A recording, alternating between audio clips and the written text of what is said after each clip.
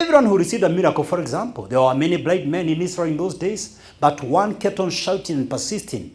And the elders around Jesus told him, shut up, you're disturbing the master. He raised the voice louder and louder, Jesus, son of David, have mercy on me. That caught the attention of the master. And that's why today you read the story of blind Bartimaeus. That doesn't mean he was the only blind man around, because the other blind men have no story to give us. I can't finish this. Most of you know the story of the woman who's bleeding, who persisted. During those days, it was an anathema for a woman in a bleeding condition to be in public with men, but she knew her condition.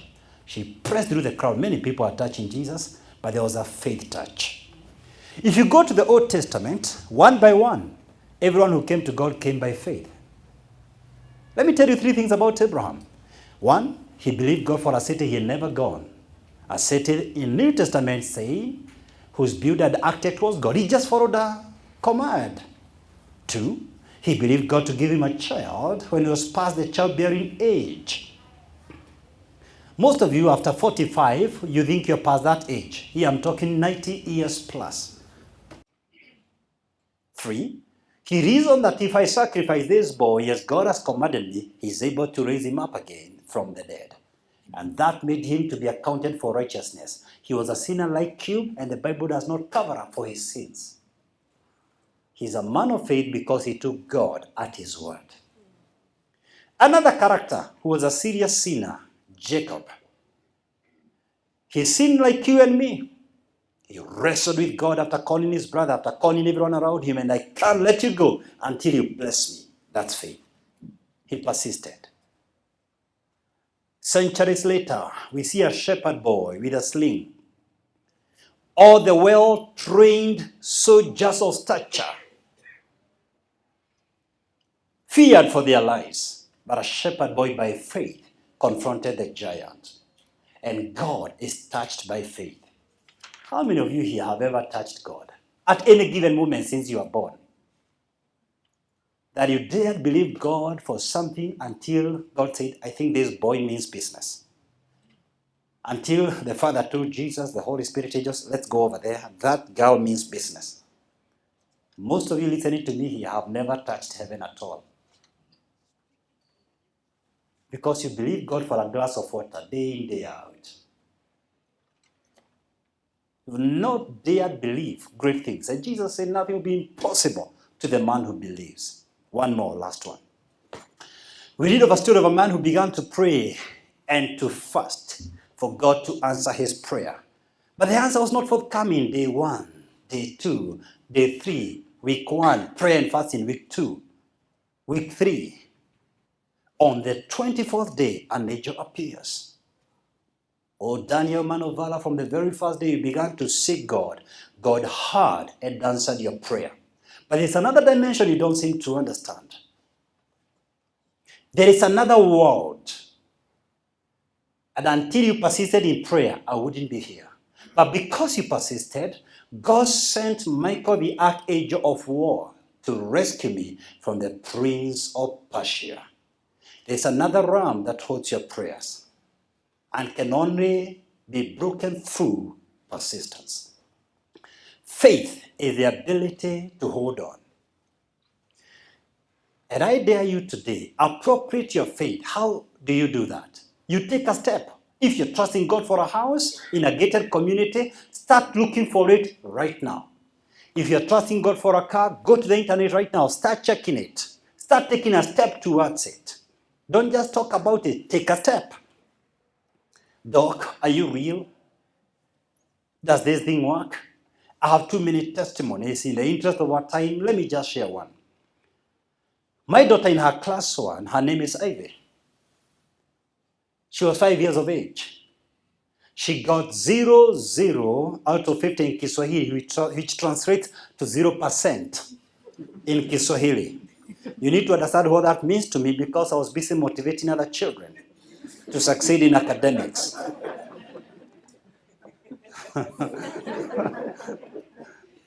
And you can imagine if they dare to ask me how my children are doing. But we refused to speak about failure.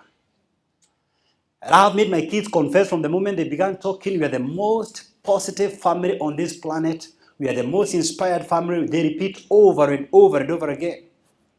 We did what we could do. Can you imagine hiring a tutor for a 5-year-old? Yes, we did. We hired a tutor. No results in class 2. Class 3, no results. Class 4, no results. In class 6, she was not only the top child in her class overall in a 2-stream school, but amazingly enough, she was number 1 in Kiswahili.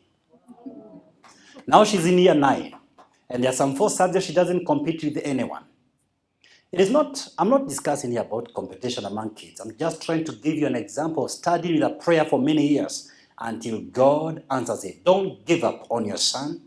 Don't give up on your brother who could be in prison. Don't give up on your husband. Stay the course. Trust God, something will happen. As Daniel did. That's what we call faith. Caution. God does not answer any prayer that is not inconsistent with His will. This is the confidence that we have in Him, that if we ask anything in accordance to His will, He hears us. 1 John 5:14 and 15. How do you know God's will? God's will does not contradict God's word. God's word is forever settled in heaven. God has elevated His word above His name. There is not a single prayer He will answer that contravenes His word. God is not going to finance you for red district explorations. Just like you're not going to provide to your child 10 lollipops per day that can decay their teeth. If by any chance you're hearing me and you have suspected a spell over your life, a curse over your life, I have this message for you. Don't negotiate with demons. Do not attend to any precondition by witch doctors. You've believed a lie for too long. Ezekiel, wearing the lens of prophecy, speaking about the new covenant, said it this way. Chapter 18 and verse 21. Never again shall children bear the iniquities of their fathers. Everyone will bear their own iniquities. The soul that sins shall surely die. What's the message here? In the new covenant, someone took away your curses. You do not bear the burdens of your forebears. Repeatedly proclaim the Lordship of Jesus in the throne of your heart and break any soul tie that besets you. You don't need prayers from pastors. You are a legitimate priest.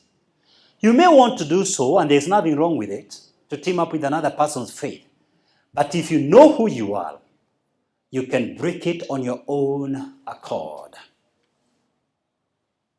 Faith is the ability to hold on until that answer you're looking for works. And to enhance your faith, walk with faith giants. 2, start speaking faith words over and over again every single moment of your life. And thirdly, refuse to make any negative confession with your lips. Refuse to say anything negative with your lips. Why is that necessary? Because the devil is not omniscient. He doesn't read your mind. He doesn't know what you're thinking about. He picks from your words. He picks clues whenever you speak. Once you don't speak your mind, the enemy does not understand what you're going through. If you say you're a winner, you're victorious, the devil takes you seriously. Let me put it this way. Every confession you make is a decree. It's a divine decree. It activates the spiritual realms. When you make a positive confession, you activate the constructive angelic realms. You commission angels to work. When you make a negative confession of failure and defeat, you activate the destructive demonic realms. You commission demons to act on your behalf. That's why, if somebody has consistently threatened you, one of these days I'll kill you, you are advised to leave him yesterday, because demons will do a thorough follow-up on those words. All your confessions are decrees in high places. Your words are never idle. They are living messengers that you release to accomplish the task for which you sent them. Are we learning something?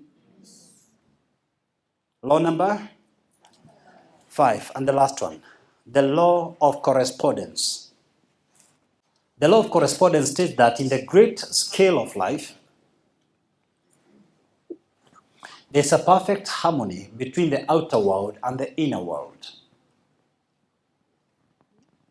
In the great scale of life, there's a perfect harmony between the inner world and the outer world. As within, so without. This is the flow of life. Your outer world is a reflection of your inner world. Words reveal the soul within. I invite you tonight to take a real, long, hard look at yourself. Analyze your finances, your career, your family, your relationships, your emotional health, your mental health. And answer me this question in the quietness of your heart. Are you happy? Are you satisfied? Then take responsibility for the current status of your life. A lot of us like taking responsibility for the good, but we don't like taking responsibility for the bad. If we've got to break through our current status and desired status, then we've got to take responsibility for the good and the bad. Otherwise, we will die blaming someone or our past or our background or lack of a college degree for our missteps. Your life is unfolding exactly as your thoughts and your words agree. Your current life is a manifestation of your self-talk. Your words are the house you live in. If you're doing well, then you've been conscious about your life. And your words have been positive. But if there's an aspect of your life that you're not satisfied with, I guarantee you'll be negative about that aspect of your life. Woe unto them with multiple unfulfillments because they're negative about everything and everyone in their life. For example, if you've been saying I'm broke, things are hard, times are difficult, the season is tough, I challenge you today to change that. It hasn't helped you for decades. And begin speaking about the abundant life that you desire. And please, don't put me in that class of saying that things are difficult in Kenya because of the political season. I'm not in that class. This week, we have launched our new shop. This week. So for me, things are very good. That's your problem, not my problem. We live in different countries. Did you know that? Within the same boundaries, and I'm serious, by the way, we have launched our bigger shop. You're having a problem with the political season, I'm thriving. Because we live in different countries. You live in the world you want to live in. Don't try to put me into your problems. I've refused them. If you've been complaining about your husband or your wife for so long, or your marriage, you have been saying my marriage is a mess, let's try a different remedy. Let me talk to the two of you. Let me start with the wife. Today I dare you when you go home, with a very broad smile, look at your husband, open the door and tell him, come over here, lover boy. Finish for this moment. No. No, your formula has not worked. Try mine. Goodness. Try mine. Yours has delivered conflict. Why can't you try mine? No one has ever been stabbed because of giving love. And there's a difference between giving love and giving your body. For the husbands in our midst, if you honestly feel that the wife you have is a disaster, I want to invite you to a different remedy tonight. Go home, look at your wife. Put her on your laps. Whisper to her these words. You are the greatest invention of beauty that God ever came up with.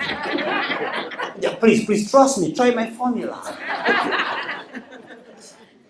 If you're here and you're single, you've never been married, or you're a single mom, please, I want to invite you to try a different approach. Go and speak to the person you love the most. Look at the mirror and say you're gorgeous, you're beautiful, you attract greatness, you attract the right people in your lives. Look at her, speak to her over and over again in the mirror. If you've been feeling sick and telling everyone around you about your sickness, I tell you with time, it will become your personal property, patented property. Even the devil will advise demons not to touch it. Here, this is your personal property. Why are you owning sickness? Why? Release that ownership. It's a liability. You see, for most of us, our current mirror image is not the image of our true self. It is the image of our damaged self. How do I put it this way? The mirror image for most of us here is a clear indicator, is a strong message of the changes that you need to make and the part of your subconscious mind that needs to be healed.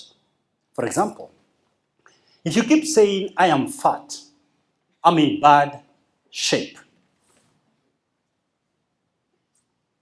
eventually you'll have low self-confidence, low self-esteem, and you remain ugly and obese. In a hospital in the Netherlands, they observed some women who were suffering from anorexia, that's an eating disorder. When they were walking through the doorway of a laboratory, they would walk sideways as though they were squeezing, although there was plenty of room. The image they had about themselves was much larger than their actual size. So if this describes you, then this is my message for you. Your own self-rejection turns people away. Do what you must do, diet and exercise. And then affirm yourself daily several times. Begin to say, I am beautiful. I am loved. I'm in good shape. I'm attracting positive energy over and over and over again. Begin to appreciate yourself and compliment yourself with glowing accolades and radiant admiration. And speak I am, speak the now. Don't say I will be beautiful. Don't say I will.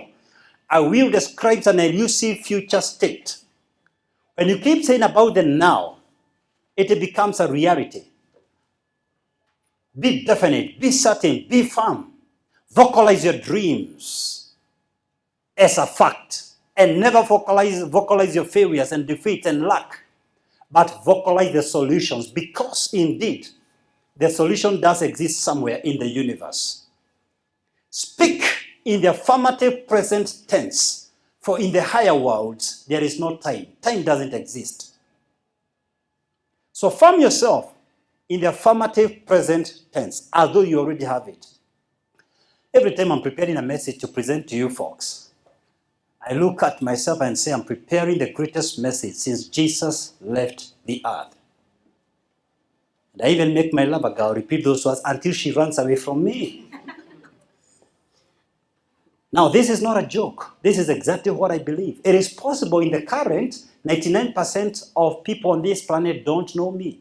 But if you stay with me longer, I also guarantee you, sooner than later, the entire world will be listening what you're listening. There's not an iota of doubt in my spirit about this calling. And this is exactly what I'm urging you to do. You see, ladies and gentlemen, you get what you focus on. Your wishes are a divine command directed by your words. As a human being, you tune into a certain frequency, and people and situations align to the words and thoughts in your mind. So if you release a negative vibe, you attract people of an equal frequency. Let me ask you this. Are there people you cross your fingers, they don't cross your path? They're full of negative energy. They are fault finders, criticizers, accusers. And without their knowledge, they always attract negative events and negative people into their lives. Chronic complainers hang out with each other. That's why I hang out with Dennis and the Rastas, men full of positive energy. You just need to spend that minutes with them and your energy levels will go up. Never hang out with negative people unless you're coaching them in a structured manner. You see, when you hang out with negative people, they impair your judgment about what it takes to succeed and make you prejudiced about life. They suck the life out of you. They lower your energy levels. They drain you emotionally. Be careful with what you listen on news, social media or mainstream. Filter before you consume. It's not every post on social media that was meant for your consumption. While negative words can instill fear and wring tears from the strongest of the hearts, positive words can light up flames of hope to the minds and hearts of men and women.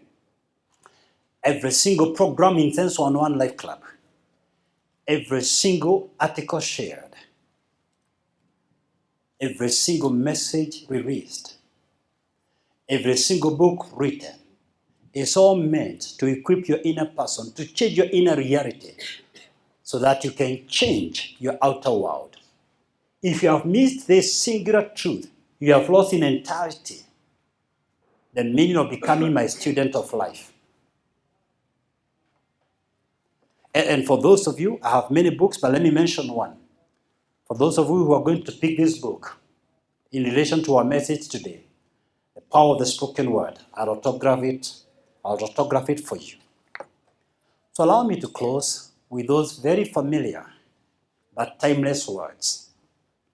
Watch your thoughts, for they become your words. Watch your words, for they become your actions. Watch your actions, for they become your habits. Watch your habits, for they become your character. Watch your character, for it becomes your destiny. Thank you, and God bless you.